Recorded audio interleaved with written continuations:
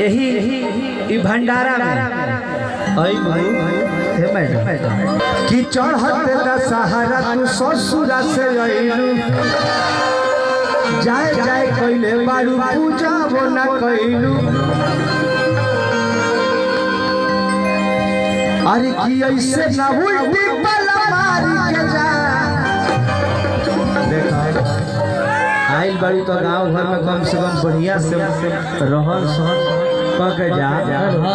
ऐसे ना उल्टी पला मारी के जा अरे की अइलू तो अरे दिया बारी के जा अरे मैया के यार उतार के जा जय बोलो वाह वाह 1 2 3 हेलो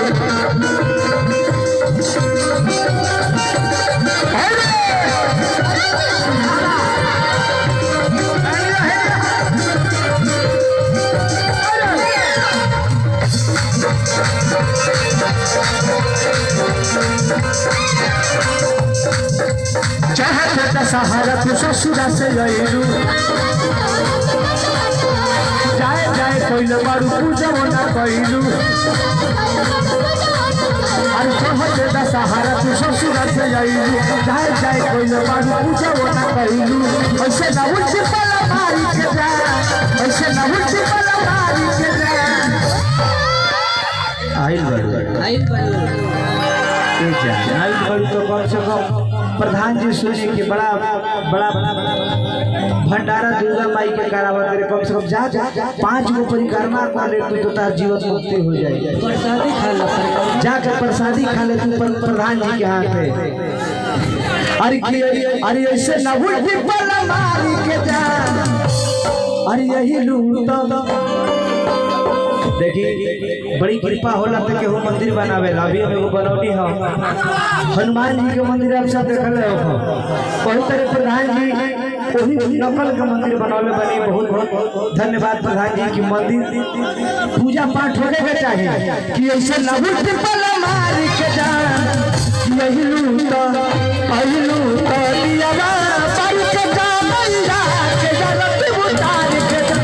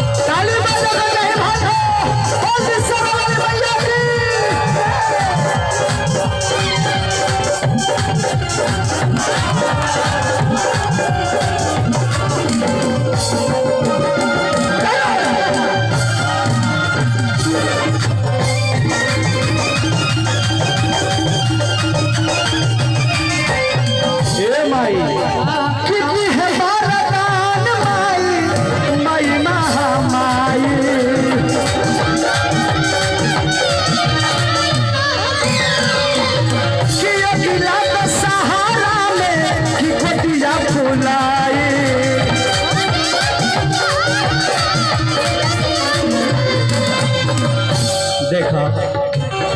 ये माई के कृपा हो गई हमनी के तू बस चल रहो परी पांडे जी जाना घरी हमनी के गावे में सुन कर रहे वही घर से हो गाड़ी ये 3 लड़का के मातारी हो वही माई के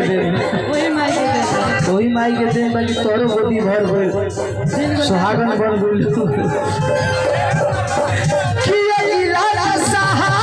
गोदिया फुलाई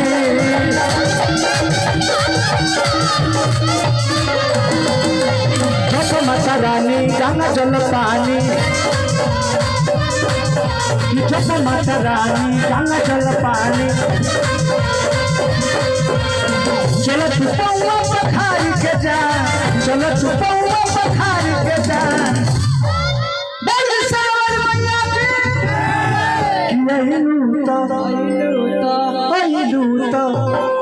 अहिलू तो दिया पर के जा मैया के यार उतार के जा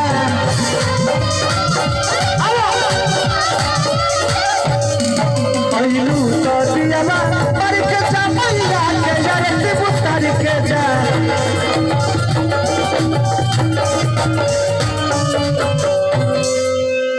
चली भक्त के भाव और चाहत कुछ नायका में सुना देता